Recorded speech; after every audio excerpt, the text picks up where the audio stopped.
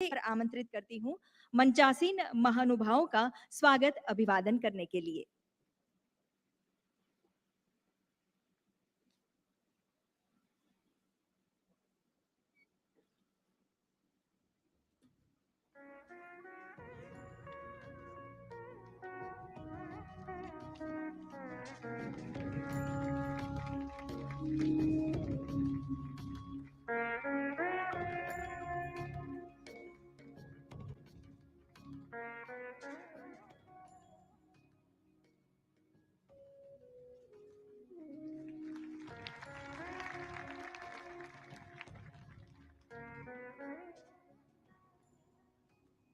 बहुत बहुत धन्यवाद। गुजरात के लोकप्रिय मुख्यमंत्री श्री भूपेंद्र पटेल जी से अब मेरा सादर अनुरोध है आपके स्वागत भाषण के लिए।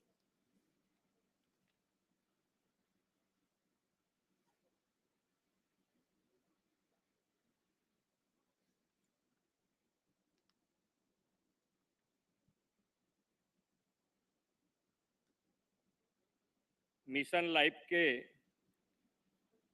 ग्लोबल लॉन्चिंग अवसर पर हमारे मार्गदर्शन करने उपस्थित विश्व के सर्वाधिक लोकप्रिय नेता और हमारे माननीय प्रधानमंत्री श्री नरेंद्र भाई मोदी साहब, संयुक्त राष्ट्र के महासचिव श्री एंटोनिया गुतारेस, विदेश मंत्री श्री एस जयशंकर जी, संयुक्त राष्ट्र के विभिन्न एजेंसियों के प्रतिनिधिगण और भारत के मिशन के प्रमुख और सभी केंद्रीय मंत्री श्री एवं प्रतिष्ठित अतिथिगण, आप सभी का मिशन लाइफ के ग्लोबल लॉन्चिंग समारोह में हार्दिक स्वागत करता है। आज हम इस मंच से गौरव के साथ कह सकते हैं कि जब विश्व में ग्लोबल लीडर सोलर एनर्जी तथा ग्रीन क्लीन एनर्जी की सिर्फ बात कर रहे थे, तब गुजरात के मुख्यमंत्री के तौर पर हमारे प्रधानमंत्री श्री नरेंद्र भाई मोदी जी ने अपनी दूरदर्शिता से इस विषय में ठोस कदम उठाए थे। प्रधानमंत्री श्री नरेंद्र भाई मोदी के गुजरात के मुख्यमंत्री कार्यकाल के दौरान उनके नेतृत्व में गुजरात एशिया का पहला ऐसा राज्य था जिसने 2009 में एक अलग क्लाइमेट चेंज विभाग की शुरुआत की थी। आदरणीय श्री नरेंद्र भाई मोदी जी के विजन से ही राज्य में कैनाल टॉप सोलर प्लांट स्थापित किए गए और सीमावर्ती क्षेत्र चारणका में 730 मेगावाट के सोलर पार्क की स्थापना हुई है। इतना ही नहीं, विश्व जब क्लाइमेट चेंज के सामने लड़ने के रास्ते खोज रहा था, तब नरेंद्र भाई मोदी जी ने अपने अनूठे विजन कन्वीनियंट एक्शन पुस्तक द्वारा पूरे विश्व को इस समस्या का समाधान का मार्ग दिखाया था। पर्यावरण सुरक्षा और क्लाइमेट चेंज के क्षेत्र में प्रधानमंत्री जी के योगदान को यूएन ने भी सराहा है और 2018 में चैंपियन ऑफ द अर्थ का गौरव सम्मान माननीय प्रधानमंत्री श्री नरेंद्र मोदी जी को दिया है। पर्यावरण के संरक्षण और संवर्धन के लिए प्रधानमंत्री श्री नरेंद्र मोदी जी ने नवंबर 2021 में क्लाइमेट चेंज पर ग्लासगो में हुए COP26 के दौरान लाइफस्टाइल फॉर एनवायरनमेंट की अवधारणा को दुनिया के समक्ष रखा था। उन्होंने वैश्विक समुदाय से पर्यावरण मित्र जीवन शैली के लिए लाइफ को अंतर्राष्ट्रीय जन आंदोलन के रूप में आगे बढ़ाने की अपील की थी। अतीत से प्रेरणा लेकर वर्तमान में कार्यरत और भविष्य पर ध्यान केंद्रित कर लाइफ को एक वैश्विक आंदोलन बनाया जा रहा है, जो भारत में पर्यावरण मित्र संस्कृति और परंपरागत प्रथाओं का निर्माण करेगा। रिन्यूएबल एनर्जी के क्षेत्र में पहल करते हुए गुजरात ने देश में सबसे ज्यादा 4 लाख से अधिक घरों को सोलर रूफटॉप इंस्टॉलेशन के साथ कवर कर लिया है। प्रधानमंत्री जी के दूरदर्शी नेतृत्व और मार्गदर्शन में गुजरात ने अपनी सर्वसमावेशी और प्रगतिशील नीतियों के जरिए बिन परागत ऊर्जा क्षेत्र में 18 गीगावाट की स्थापित क्षमता की उपलब्धि हासिल की है। आज हम सब Ekta Nagar statue of unity के परिसर में उपस्थित हैं। भारत की एकता और अखंडता के शिल्पी सरदार साहब की विश्व की सबसे ऊंची प्रतिमा स्टैच्यू ऑफ यूनिटी आदरणीय प्रधानमंत्री श्री नरेंद्र भाई मोदी की प्रेरणा और संकल्प का परिणाम है। माननीय प्रधानमंत्री जी ने इस परिसर को इको फ्रेंडली और इको टूरिज्म स्पॉट के रूप में विश्व समक्ष प्रस्तुत करने हमें मार्गदर्शन दिया है। पर्यावरण रक्षा और ग्रीन क्लीन एनवायरनमेंट के हर पहलू की इस एकता नगर में आप बारीकी से अनुभूति कर सकते हैं। दुनिया की सबसे ऊंची सरदार पटेल की प्रतिमा स्टैच्यू ऑफ यूनिटी के सानिध्य में शुरू किया गया यह वैश्विक मिशन निसंदेह 21वीं सदी का सबसे बड़ा पर्यावरण आंदोलन बनेगा। इस विश्वास के साथ मैं फिर एक बार आप सभी का स्वागत करते हुए अपनी बात पूर्ण करता हूं। भारत माता की जय। वंदे मातरम। जय जय गरवी गुजरात।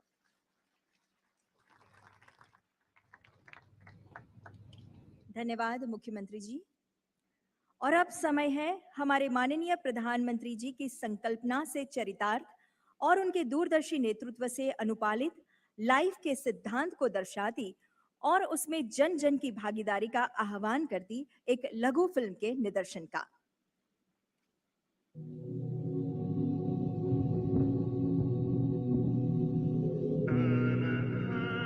सब कहते हैं कि दुनिया बदल रही है।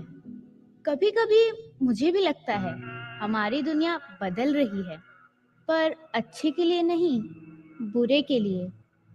पर ये हुआ कैसे? मैं भी चाहती हूँ हमारी दुनिया बदले, लेकिन अच्छे के लिए।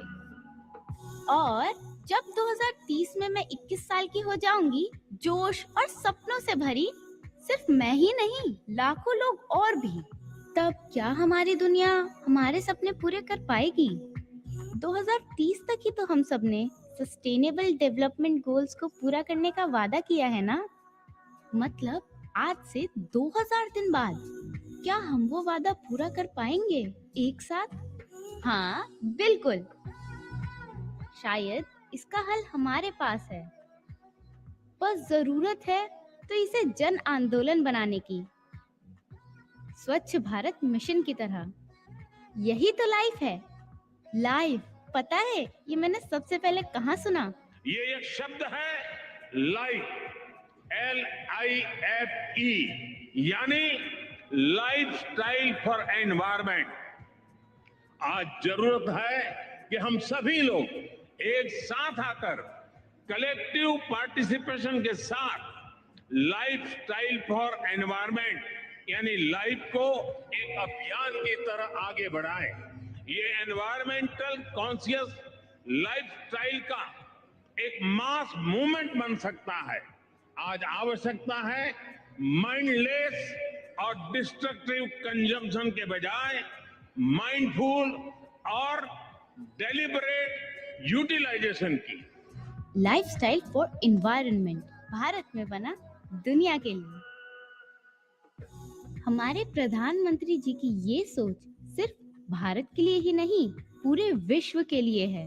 किसी एक इंसान या समुदाय के लिए ही नहीं, हर राष्ट्र के लिए है। और हम सब इस आंदोलन से जुड़ सकते हैं इन 5 कदमों से। पहला कदम वही जो हमारे दादा दादी, नाना नानी हमेशा करते आए हैं। सदियों से सुनते बोलते आ रहे हैं कि मौसम में लगे और आसपास उगे वही खाओ पियो, सेहत चौकस और साथ में खाने और ईंधन की बचत भी।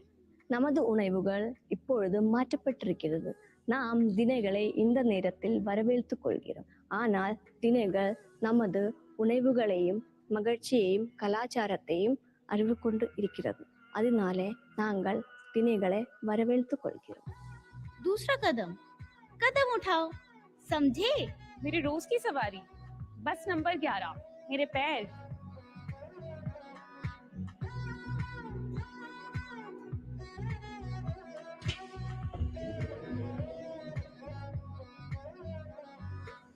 मैं रोज साइकिल से ऑफिस जाता हूँ क्योंकि मेरी कंपनी हमें वॉकिंग, साइकिलिंग, कारपूलिंग के लिए एनकरेज करती है। अगर हम सब मिलके ये कर सकते हैं तो पर्यावरण की सुरक्षा में योगदान दे सकते हैं। तीसरा, सही चुने और सही चुन पाए इसके लिए डिमांड भी करें। सोसाइटी में घर खरीद रहे हैं, बड़ा डिसीजन है, पर कुछ चीजें नॉन नेगोशिएबल हैं, जैसे water harvesting and solar panel. और इन्हें पूरा करना रियल एस्टेट इंडस्ट्री की रिस्पॉन्सिबिलिटी है। पहले कस्टमर हमारे पास आते थे ब्रांड के लिए, प्राइस के लिए, वारंटी के लिए। अब कस्टमर आते हैं हमारे पास 5 स्टार रेटिंग के लिए और एलईडी बल्ब्स के लिए। आजकल ज़्यादातर डिलीवरी कंपनीज ई बाइक यूज़ करने लगी है। अच्छा लगता है।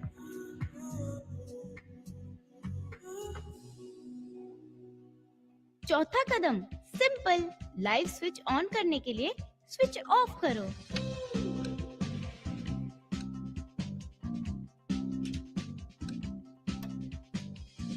पांचवा कदम सबको बताओ और इस आंदोलन को घर घर ले जाओ।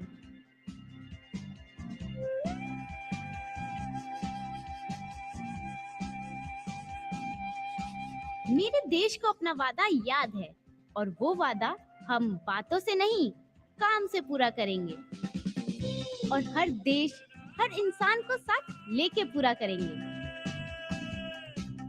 एक्ट टुगेदर लाइफ के लिए।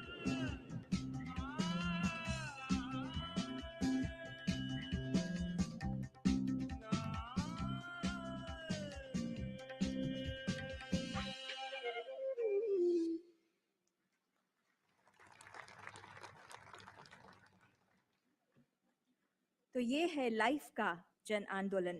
विश्व भर के देश उत्साहित है लाइफ के इस अभियान में भागीदारी के लिए। Argentina, Estonia, France, Georgia, Guyana, Madagascar, Maldives, Mauritius, Nepal और यूनाइटेड किंगडम्स, इन सभी देशों के राष्ट्रीय अध्यक्षों के उत्साहवर्धक और लाइफ के प्रति उनके सहयोग से सबर उनके इन संदेशों को अब आइए सुनते हैं।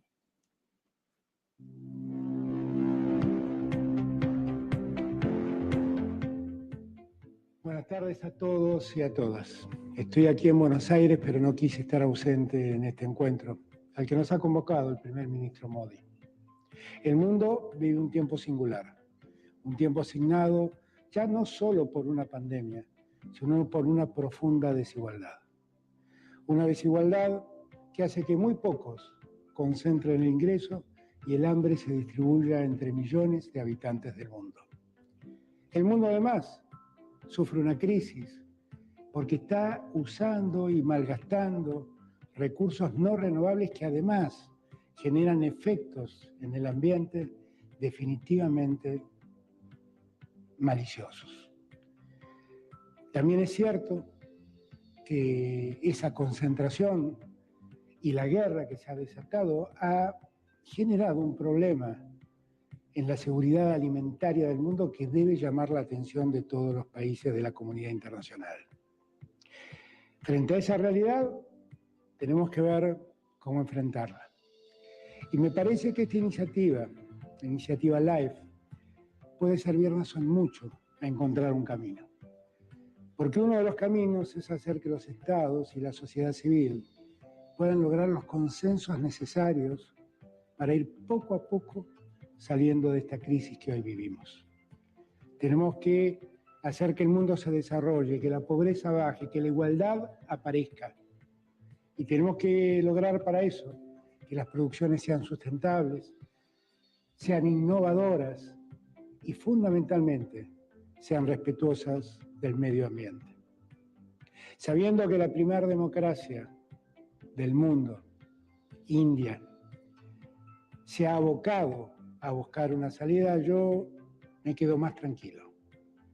Y lo que no quiero es dejar de sumar a mi país en esa iniciativa, en esa búsqueda. Aquí estamos, acompañando la iniciativa LiFE para hacer que los objetivos de sostenibilidad para el desarrollo con miras al 2030 podamos hacerlo posible entre todos y todas, cada uno de los habitantes de esta tierra. Muchas gracias. Dear friends, namaste. The need for a collective response to address climate change and biodiversity loss is stronger than ever. We are grateful to Prime Minister Modi for his leadership, together with the UN Secretary General, in launching Mission LiFE.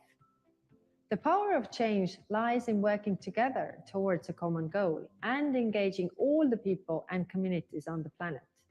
An excellent example of this is World Cleanup Day. It is an extensive one-day action that started in Estonia and has spread to 191 countries. At COP27, we will call for even more countries to join us. By the way, India has been very active in World Cleanup Day. Last year, an amazing 1.2 million people took part in this initiative in India. That is impressive. Thank you. Russia's war against Ukraine has triggered a global energy crisis. This further underlines the need to move towards renewable energy and sustainability. We can achieve even more if we combine the green transition with the digital one. We have digitized the energy network in Estonia and see the potential this has for energy savings as well as innovation. It is time for profound change in our lifestyle. We need to place sustainability front and center. I'm glad that the climate action is one of India's G20 presidency priorities, and I wish you a successful presidency. Dear Prime Minister, dear Narendra, dear colleagues, dear friends, Namaste. I wish I could be with you in Kevadia for this very special moment. At a time when our world is subject to increasing geopolitical tensions, we have no choice but to choose cooperation over division for one single reason. No one can address global challenges, and especially climate change, on its own. The LiFE initiative is part of this agenda for stronger cooperation.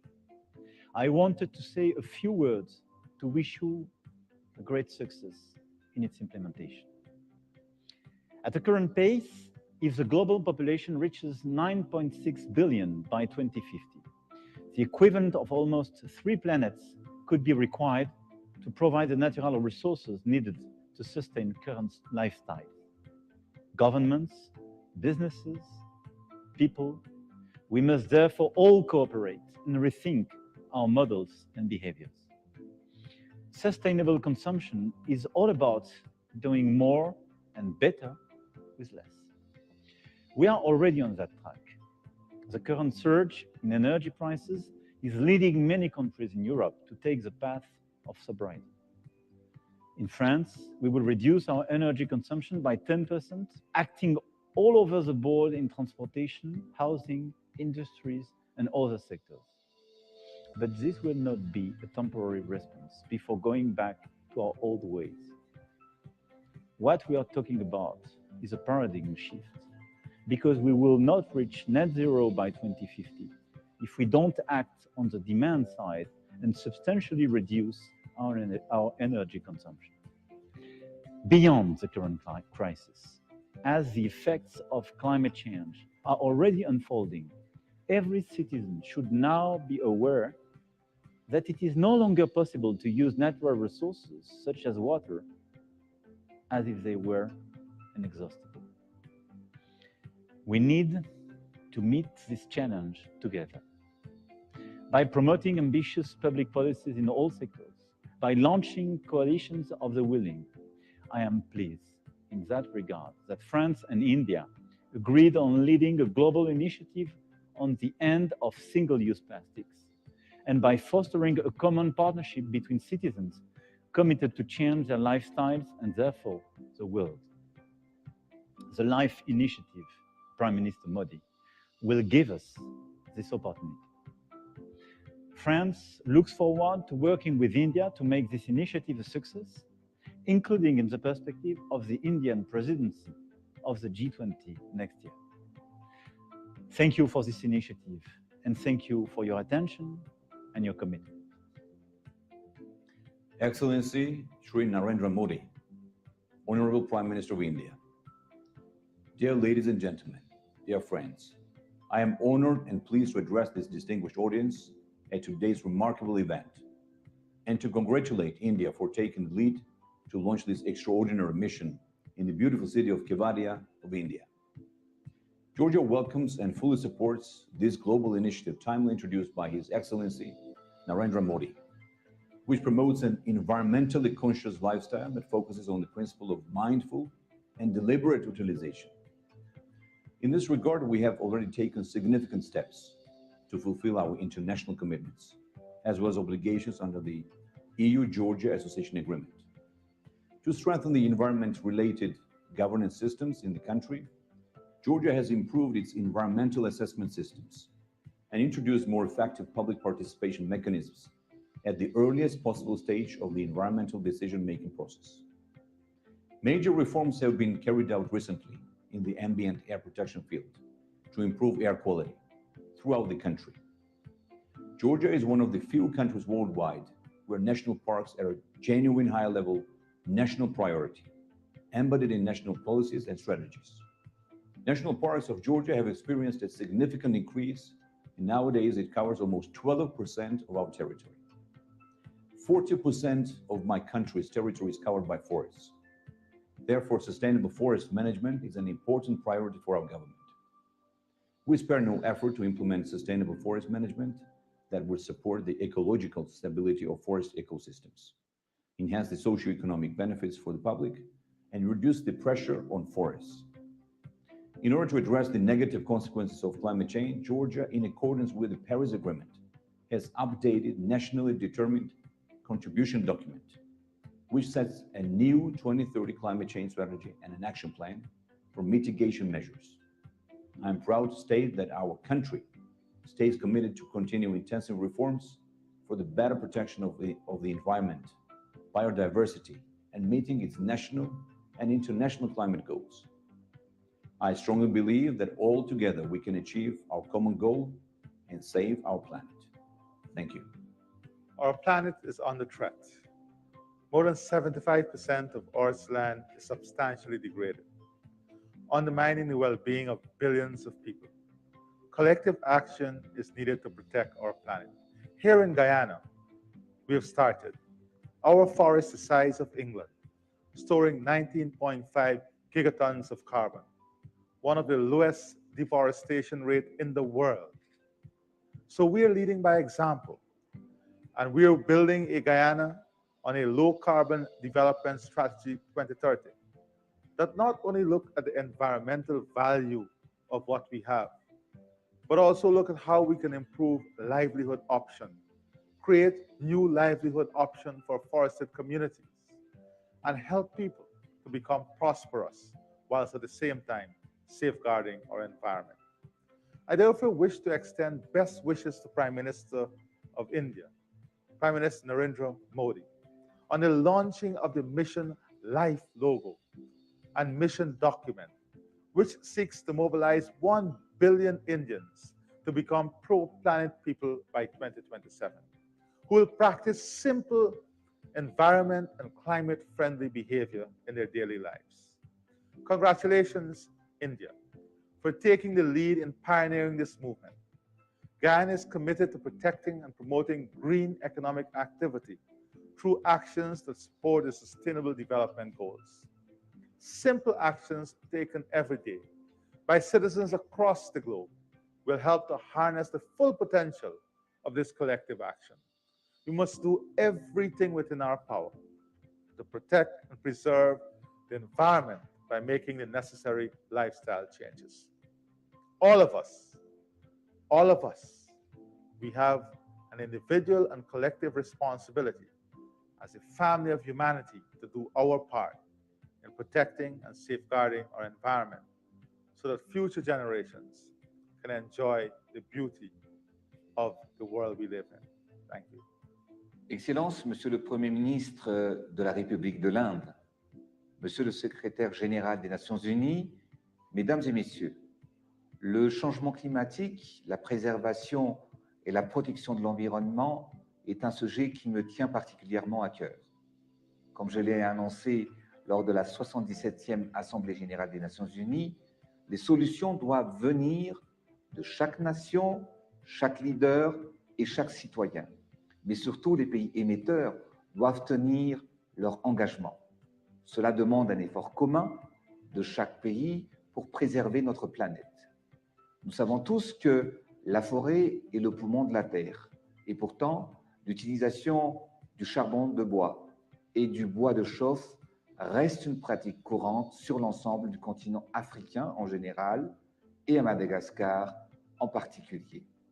Dans mon pays, l'utilisation du charbon de bois pour la cuisson impacte la destruction d'1 hectare de forêt par an, ce qui est dévastateur, raison pour laquelle nous lançons une lutte contre la déforestation avec la promotion du clean cooking afin de réduire drastiquement l'utilisation et l'usage du charbon. Pour ce faire, nous allons favoriser l'utilisation du réchaud bioéthanol comme alternative dans chaque foyer. C'est en changeant les pratiques et les mentalités que nous pouvons changer les choses. Je suis convaincu que LiFE pourrait devenir l'un des points tournants dans notre lutte contre la crise climatique. Je remercie l'Inde, à travers son Premier ministre, qui est un leader inspirant en matière de protection de l'environnement, de nous avoir rassemblés autour de cette cause. C'est avec espoir et conviction que je vous rejoins dans cette mission. Ensemble, engageons-nous en faveur du développement durable pour un monde meilleur que nous souhaitons pour nos enfants. Mesdames et messieurs, il est temps de transformer nos discours en actions concrètes. Je vous remercie de votre attention. Bismillahirrahmanirrahim. One of the greatest breakthroughs we have made in recent years is recognizing that a clean, healthy, and sustainable environment is a fundamental human right. We must, at the same time, give back to nature. It is time we unpack the lessons left behind by our early ancestors. They taught us that love and respect for our natural heritage are essential for sustainable and resilient development. Prime Minister Modi's mission LiFE could not have come at a more crucial juncture. The ill effects of the climate crisis come at us with full force, growing in severity the longer we let our inactions drag on. This ambitious initiative is a call for action. Let's not end it there. You see, the best chances of our very survival is on our own hands. Together, let's reflect on our lifestyles and make swift changes towards eco-friendly habits. Simple things in our everyday lives, like choosing to walk more instead of driving, or planting trees wherever we can, all add up to redressing environmental degradation. Individual actions may appear insignificant on their own, but when pulled together, they have the power to spur transformative impact. Modi stands with the pro-planet people of India. We will do our part to make sure the health and wealth of our planet survive to benefit tomorrow's generations. Governments are joining hands with businesses around the world to address environmental issues. However, policy reforms and economic initiatives are not enough to save our planet. Lifestyle changes at the individual level and behavioral changes at the community level are needed to reduce the strain on the environment. I therefore strongly support the movement launched by Prime Minister Shri Narendra Modi ji to build on good practices at the level of individuals, communities, and institutions in order to accelerate the transition to a more sustainable future. If human activities continue at the present pace, by 2050, we will need 3 planets to sustain our way of life. Business as usual is no longer an option. Allow me to end with a quote of Mahatma Gandhi. The world has enough for everyone's need, but not for everyone's greed. I congratulate Prime Minister Narendra Modi and the Government of India for advancing the idea for lifestyle, for the environment. This is a pioneering movement that can help fight climate change and achieve SDGs, to build on the idea that positive changes in individual actions and behaviors are the key parts of the climate solution that the world urgently needs. I thank organizer for giving Nepal this opportunity to express our support to the pioneering movement such as LiFE, as well as express the need for work collectively to save our planet for better future of our people. Thank you very much. In November last year, the world came together in the UK to sign the Glasgow Climate Pact. It was a landmark deal. It showed that governments are ready to take decisive action on climate change and that we must all keep increasing our ambition. Now the energy crisis is showing once again that we need to go further and faster. As democracies, we must work together to secure energy independence and protect our economies. That's why we're turbocharging our rush to renewables. We're investing with partners like India to help build vital climate infrastructure. And we're working together to turn our net zero commitments into action. It's a real pleasure to join Prime Minister Modi in launching the LiFE initiative today, and I commend India's leadership. This is all about helping people make greener choices and live more sustainable lives. So let's keep making those long-term choices. Let's keep leading the way. And let's take another big step forward together in Sharm el-Sheikh next month and with India's G20 presidency next year.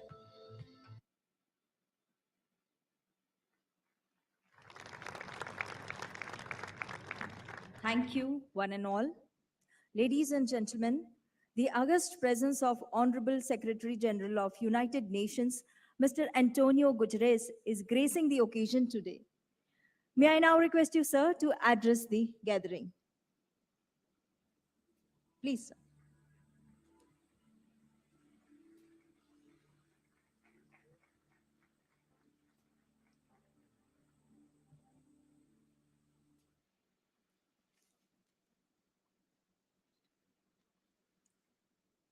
Honorable Prime Minister Modi, Excellencies, dear friends, I'm honored to be with you at the Statue of Unity to launch the Lifestyles for the Environment initiative. In these perilous times for the planet, we need all hands on deck. And I know that sometimes the enormous scale of a challenge might be reason enough to throw up one's hand in resignation. And there isn't a larger challenge in our world today than the climate crisis. But this Lifestyles for the Environment initiative is designed to highlight an essential and hopeful truth. All of us, individuals and communities, can and must be part of the solution of protecting our planet and our collective future. After all, overconsumption is at the root of the triple planetary emergency of climate change, biodiversity loss, and pollution. We are using the equivalent of 1.6 planet Earths to maintain our lifestyles. And that great excess is compounded by great inequality. The combined greenhouse gases emissions of the richest 1% are more than twice the poorest 50%. So we need to urgently transform our economic systems to make them friendly to the planet and to make them equitable so all can have equal opportunity to thrive in developed and developing countries. Each one of us will have to learn to live sustainably and reduce our environmental footprint by saving energy and reducing pollution and waste, by using less plastic, by taking advantage of clean cooking technologies, by eating more sustainably and not throwing away food, by using renewable energy, and by making our money count as consumers by supporting sustainable products. And many other examples we have seen in the wonderful film that has started this ceremony. And we also need to be speaking up and demanding the leaders to support clean, green lifestyles and ambitious climate action. This is the mission of the Lifestyles for the Environment initiative that I hope can spread throughout the world. Dear friends, I am immensely encouraged by the commitment that India has made to pursue environmentally sound policies. These efforts include a pledge to significantly increase investment and deployment of renewable energy, championing the International Solar Alliance, and joining the High Ambition Coalition for Nature and People, which aims to protect and conserve 30% of the world's ecosystems by 2030. I also congratulate India on its upcoming G20 presidency. The G20 accounts for 80% of global greenhouse gas emissions, but it also represents 80% of global GDP. So the G20 combined has the resources, the know-how, and the power to end our war against nature and set us on course to more sustainable living. And central to that goal is the urgent need to pivot from economies based on fossil fuel consumption to economies powered by renewable energy. A revolution in which developed countries must invest massively, financially and in technological support, to allow emerging economies themselves to also be able to present more ambitious targets.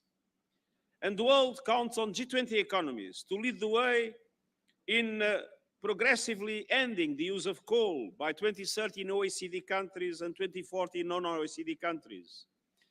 Developed countries must follow through on their commitments to provide meaningful financial and technological support to countries like India throughout this transition. We need to unleash a renewables revolution, and I look forward to working with India in driving this agenda forward. Dear friends, in 3 weeks, world leaders will meet in Egypt for the next United Nations Climate Change Conference, COP27. COP27 represents a key political opportunity to rebuild trust and accelerate action across all the pillars of the Paris Agreement: adaptation, mitigation, finance, and loss and damage.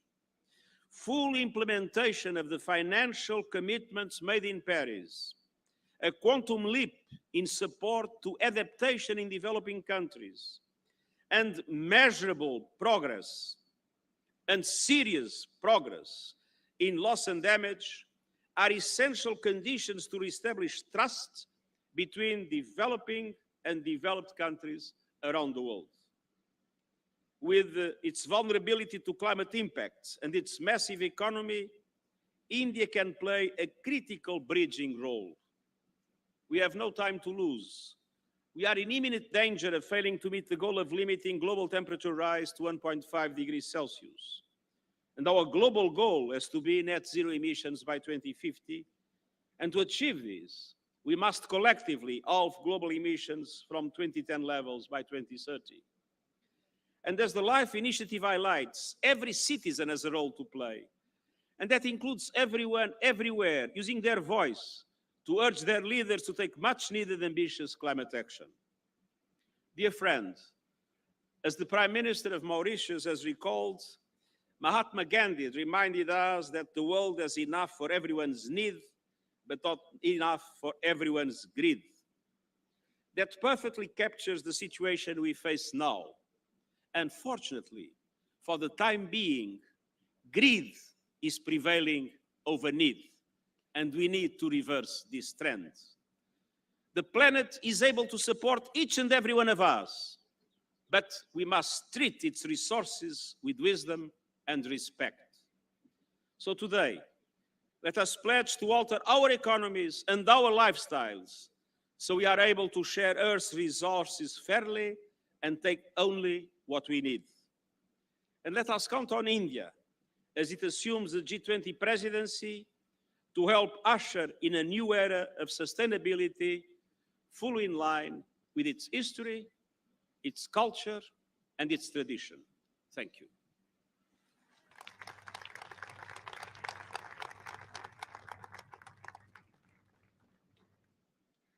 Thank you, Honorable Secretary General, for your inspirational words. और अब भारत के माननीय प्रधानमंत्री श्री नरेंद्र मोदी जी से अब मैं सविनय अनुरोध करती हूं कि रिमोट का बटन दबाकर मिशन लाइफ के डॉक्यूमेंट का विमोचन करें एवं लोगो और टैगलाइन को लॉन्च करें।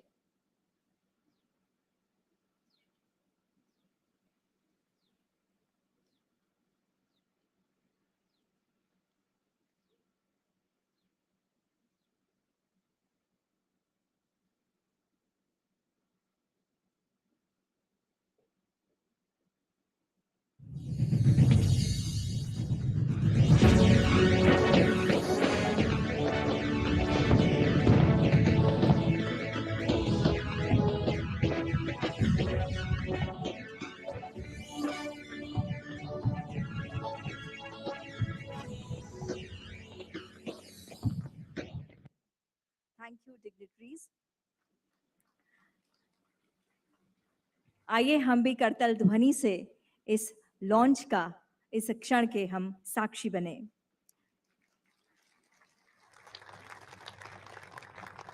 देवियों और सज्जनों, प्रकृति के संवर्धन की संस्कृति को लाइफ के नूतन मंत्र से विश्व भर में उजागर करने की प्रेरणा आदरणीय प्रधानमंत्री जी ने दुनिया को दी है, जिनकी दूरदर्शिता समूचे विश्व को प्रभावित और लाभान्वित करती है।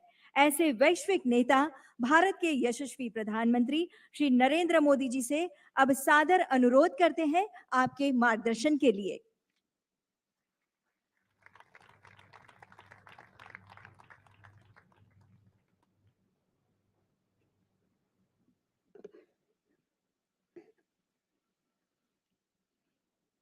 यूनाइटेड नेशंस के सेक्रेटरी जनरल एंटोनियो गुटेरस जी, गुजरात के मुख्यमंत्री श्री भूपेंद्र भाई पटेल, भारत के विदेश मंत्री डॉक्टर एस जयशंकर जी, देश विदेश से आए सभी अन्य महानुभाव, देवी और सज्जनों, इस गौरवशाली धरती पर आप सबका हार्दिक स्वागत है। एंटोनियो गुटेरस जी के लिए तो भारत दूसरे घर जैसा है। आपने अपना युवावस्था में बहुत बार भारत की यात्रा भी की है। गोवा से आपके पारिवारिक संबंध भी है। मुझे ऐसा लग रहा है कि मैं गुजरात में आज अपने परिवार के ही किसी सदस्य का स्वागत कर रहा हूं। एंटोनियो गुटेरस जी, आपका यहां आने के लिए बहुत बहुत आभार, बहुत बहुत अभिनंदन। मुझे खुशी है कि मिशन लाइफ को लॉन्चिंग के समय से अनेक देश इस संकल्प के साथ जुड़े हुए हैं। मैं फ्रांस के प्रेसिडेंट श्री मैक्रो, यूके के प्रधानमंत्री लीज ट्रस, गुयाना के प्रेसिडेंट इरफान अली, अर्जेंटीना के प्रेसिडेंट आल्वो फर्नांडिस, मॉरिशस के प्रधानमंत्री प्रवीण जगन्नाथ, मेडागास्कर के प्रेसिडेंट एंडी रोजे जी, नेपाल के प्रधानमंत्री शेर बहादुर जी, मालदीव के भाई सोली जी, अर्जेंटीना के मिनिस्टर जेरी एल्वेजी का, इंडोनेशिया के प्राइम मिनिस्टर काया कलास का हृदय से धन्यवाद करता हूं। साथियों, ये आयोजन हमारे राष्ट्रीय गौरव सरदार वल्लभ भाई पटेल की विशाल प्रतिमा स्टैच्यू ऑफ यूनिटी के सानिध्य में हो रहा है और क्लाइमेट चेंज के खिलाफ लाइफ में यूनिटी ही सबसे महत्वपूर्ण फैक्टर है।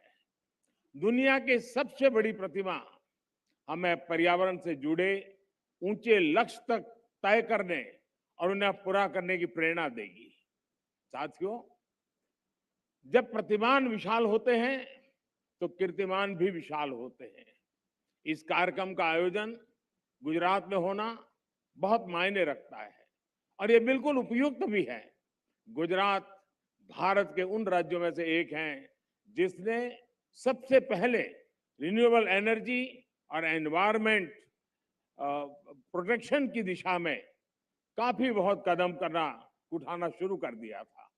चाहे बात नहरों पर सोलर पैनल लगाने की हो या सूखाग्रस्त इलाकों में जल स्तर बढ़ाने के लिए वाटर कंजर्वेशन का अभियान हो, गुजरात हमेशा एक प्रकार से लीडर के रूप में, एक ट्रेंड सेटर के रूप में रहा है।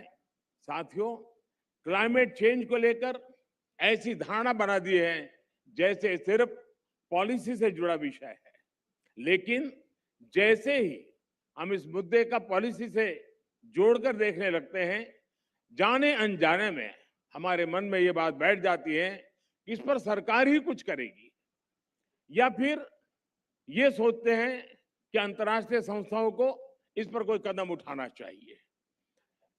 ये बात सही है कि सरकार, अंतर्राष्ट्रीय संस्थाएं, उनकी भूमिका बड़ी है और वो इसे संभाल करने का प्रयास भी कर रहे हैं, लेकिन हम सभी देख रहे सकते हैं कि अब इस मुद्दे की गंभीरता चर्चाओं से बाहर निकलकर दुनिया के हर कोने में, हर घर में आज नजर आने लगी है।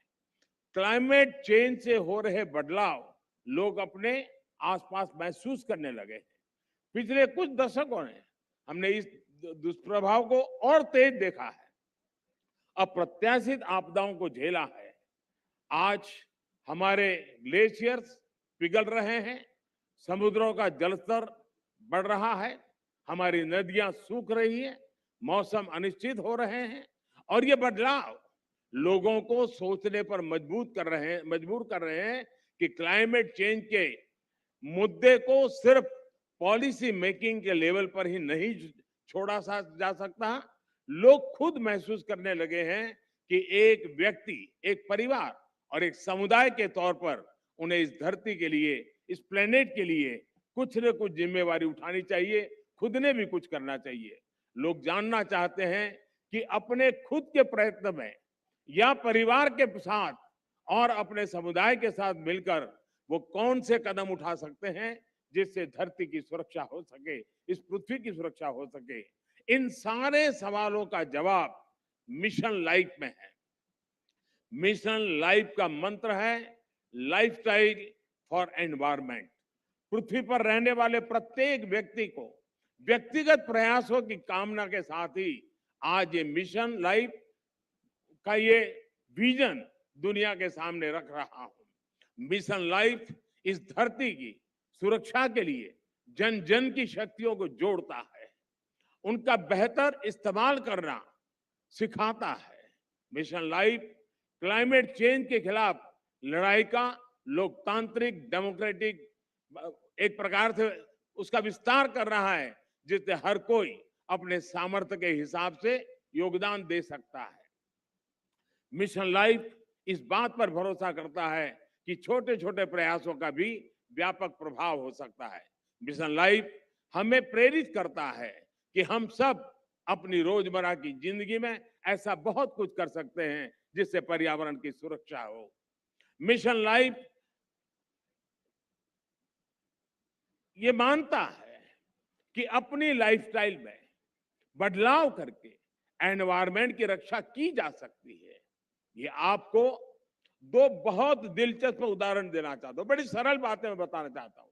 आपने देखा होगा कुछ लोगों को एसी का टेम्परेचर 17 डिग्री या 18 डिग्री सेल्सियस पर रखना बहुत पसंद होता है, लेकिन एसी का टेम्परेचर इतना कम करने के बाद यही लोग सोने के समय कंबल या रजाई का सहारा लेते हैं। एसी का हर डिग्री टेम्परेचर कम करना पर्यावरण पर उतना ही नकारात्मक प्रभाव, यानी उसको अगर हम बचा सकते हैं, कोशिश करके कर सकते हैं। यानी हम अपनी लाइफस्टाइल को ठीक करके हम तो पर्यावरण की कितनी बड़ी मदद होगी।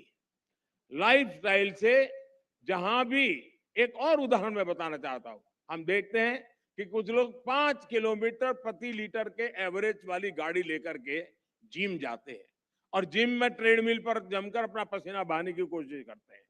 अरे भाई, अगर ये पसीना आप पैदल चलकर या साइकिल पर जिम जाकर के उठा लेते तो पर्यावरण की रक्षा भी होती और आपके स्वास्थ्य की भी रक्षा होती। साथियों, लाइफस्टाइल से व्यक्तिगत और समाज के छोटे छोटे प्रयासों से कैसे बड़े नतीजे आ सकते हैं, मैं इसका भी उदाहरण देना चाहता हूं। भारत में हमने कुछ साल पहले देशवासियों से ज्यादा एलईडी बल्ब इस्तेमाल करने के लिए आग्रह किया था। मकसद ये था कि लोग को बिजली का बिल कम हो, बिजली का कम खर्च हो और पर्यावरण की भी रक्षा हो। सरकार ने एलईडी बल्ब की एक योजना शुरू की और देश का प्राइवेट सेक्टर भी इसमें भागीदार हो गया। यहां आए अंतर्राष्ट्रीय एक्सपर्ट्स ये जानकर के उनको हैरानी होगी कि कुछ ही समय के भीतर भारत के लोगों ने 160 करोड़ से ज्यादा एलईडी बल्ब अपने यहां में लगा दिए, परिवर्तन कर दिया। और इसका प्रभाव यह है कि 100 मिलियन टन से ज्यादा कार्बन डाइऑक्साइड का उत्पादन हम कम कर पा गए, उसका उत्सर्जन कम कर पाए। और मैं ये आपको नोट करने के लिए जरूर कहूंगा कि ये प्रतिवर्ष हो रहा है। ये सिर्फ एक बार की घटना नहीं, हर वर्ष ये बेनिफिट होने वाला है और उसका लाभ होने वाला है। एलईडी की वजह से अब हर साल इतना उत्सर्जन कम होने लगा है। साथियों, गुजरात महात्मा गांधी की भूमि है, जन्मभूमि है, तो उन विचारकों से एक जो बहुत पर्यावरण संरक्षण और प्रकृति के साथ तालमेल लेकर के जीवन जीने का महत्व समझ गए। उन्होंने ट्रस्टीशिप के अवधारणा की विकसित की थी। मिशन लाइफ इस सबको पर्यावरण के ट्रस्टी बनाता है। ट्रस्टी वो होता है जो संसाधनों का अंधाधुंध इस्तेमाल नहीं होने देता। एक ट्रस्टी एक शोषक के रूप में नहीं बल्कि पोषक के रूप में काम करता है। मिशन लाइफ P3 की अवधारणा को मजबूत करेगा। P3 यानी प्रो प्लेनेट पीपल। आज हम एक ऐसी दुनिया में जी रहे हैं जहां इस बात की चर्चा रहती है कि कौन किस देश या गुट के साथ है और कौन किस देश या गुट के खिलाफ है। लेकिन मिशन लाइफ धरती के लोगों को प्रो प्लेनेट पीपल के तौर पर जोड़ता है, उनको अपने विचार से समाहित करता है, एक कर देता है। ये लाइफस्टाइल ऑफ द प्लेनेट, ये lifestyle of the planet, for the planet and by the planet की मूल सिद्धांत पर चलता है।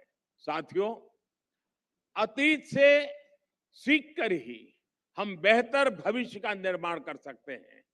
भारत में हजारों वर्षों से प्रकृति की पूजा की समृद्ध परंपरा रही है। हमारे वेदों में भी बहुत सटीक तरीके से कहा है कि जल, जमीन, वायु और सभी प्रकृति प्रदत्त चीजों का महत्व समझाते हैं। जैसे अथर्ववेद कहता है, माता भूमि ही पुत्रो हम पृथ्वीया, अर्थात पृथ्वी हमारी माता और हम उसके संतान है। रीयूज एंड रिसाइकल और सर्कुलर इकोनॉमी हमारे वर्षों से हम भारतवासियों की लाइफस्टाइल का अंग रहा है।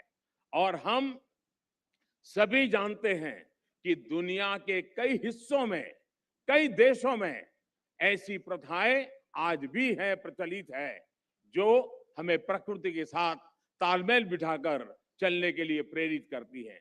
मिशन लाइफ प्रकृति के संरक्षण से जुड़ी हर इस लाइफस्टाइल को समाहित करेगा, जिसे हमारे पूर्वजों ने अपनाया था और जिसे हम अपने जीवन शैली का हिस्सा बना सकते हैं।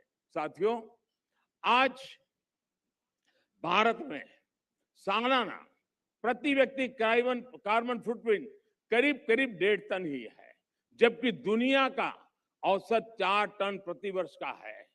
फिर भी भारत क्लाइमेट चेंज जैसी वैश्विक समस्या के समाधान के लिए सबसे आगे आकर काम कर रहा है। इसने उज्ज्वला योजना शुरू की ताकि कोयले और लकड़ी से धुएं से मुक्ति मिले। हम वाटर सिक्योरिटी को ध्यान में रखकर भारत में हर जिले में 75 अमृत सरोवर आज बनाने का बहुत बड़ा अभियान चला रहे हैं। हमारे यहाँ वेस्ट से वेल्थ पर अभूतपूर्व बल दिया जा रहा है। आज भारत के पास विश्व में रिन्यूएबल एनर्जी को चौथी सबसे बड़ी क्षमता के रूप में हमने उभार पाए हैं। आज हम विंड एनर्जी में भी चौथे नंबर पे हैं, सोलर एनर्जी में भी 5वें नंबर पे हैं। पिछले 7-8 वर्षों में भारत की रिन्यूएबल एनर्जी की क्षमता करीब करीब 290% का इजाफा हुआ है। इससे हमने इलेक्ट्रिक क्षमता का 40% नॉन फोसिल फ्यूल यानी उस सोर्स को ही हासिल करने का लक्ष्य अब भी हमने समय सीमा से 9 साल पहले हासिल कर लिया है।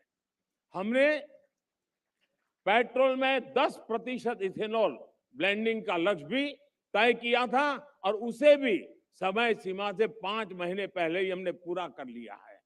अब भारत पेट्रोल में 20% इथेनॉल ब्लेंडिंग के लक्ष्य पर काम कर रहा है। हाइड्रोजन इकोसिस्टम के लिए भारत पर्यावरण के अनुकूल ऊर्जा स्रोत की तरफ भी बहुत तेजी से कदम बढ़ा रहा है और ये गुजरात ग्रीन हाइड्रोजन के लिए हब के रूप में विकसित होता चला जा रहा है। इससे भारत और विश्व के कई देशों को नेट जीरो के अपने लक्ष्य को हासिल करने में बहुत बड़ी मदद मिलेगी। साथियों, आज भारत प्रगति भी कर रहा है और प्रकृति भी का उतना ही उत्तम उदाहरण बना करके तालमेल के साथ जीने का एक रास्ता को बना रहा है। आज भारत विश्व की 5 की बड़ी अर्थव्यवस्था भी बना है। हमारा वन क्षेत्र भी बढ़ रहा है। अन्य जीवों की संख्या में भी हमारी यहाँ लगातार वृद्धि हो रही है। भारत अब दुनिया के साथ अपनी भागीदारी का और ज्यादा बढ़ाना चाहता है। वन सन, वन वर्ल्ड, वन ग्रिड जैसे अभियान ऐसे ही लक्ष्यों की तरफ हमारे संकल्पों को मजबूत करते हैं। Coalition for disaster resilient infrastructure, इसके निर्माण का नेतृत्व करके भारत पर्यावरण सुरक्षा के प्रति अपनी अवधारणा से दुनिया को अवगत करा चुका है। मिशन लाइफ इसी कड़ी में एक अगला कदम है। साथियों, सेक्रेटरी जनरल एंटोनियो गुटेरेस मेरी इस बात से सहमत होंगे कि जब भी भारत और संयुक्त राष्ट्र ने मिलकर काम किया है, दुनिया को बेहतर बनाने को नए रास्ते मिले हैं। भारत ने अंतर्राष्ट्रीय योगा दिवस का प्रस्ताव दिया था, जिसे संयुक्त राष्ट्र को समर्थन दिया था, और आज संयुक्त राष्ट्र के समर्थन के कारण दुनिया के करोड़ों लोगों के स्वस्थ जीवन की प्रेरणा का योग एक कारण बन गया है। वैसा ही एक उदाहरण इंटरनेशनल ईयर ऑफ मिलेट का है। भारत अपने पारंपरिक और पर्यावरण के अनुकूल मोटे अनाज से दुनिया को जोड़ना चाहता था। संयुक्त राष्ट्र ने इसका भी समर्थन किया।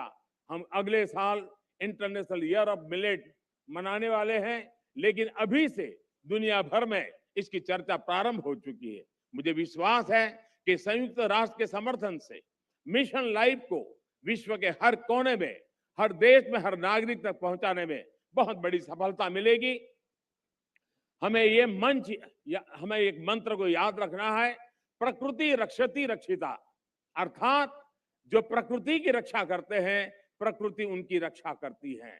मुझे विश्वास है इसी मिशन लाइफ पर चलते हुए एक बेहतर दुनिया का निर्माण कर पाएंगे।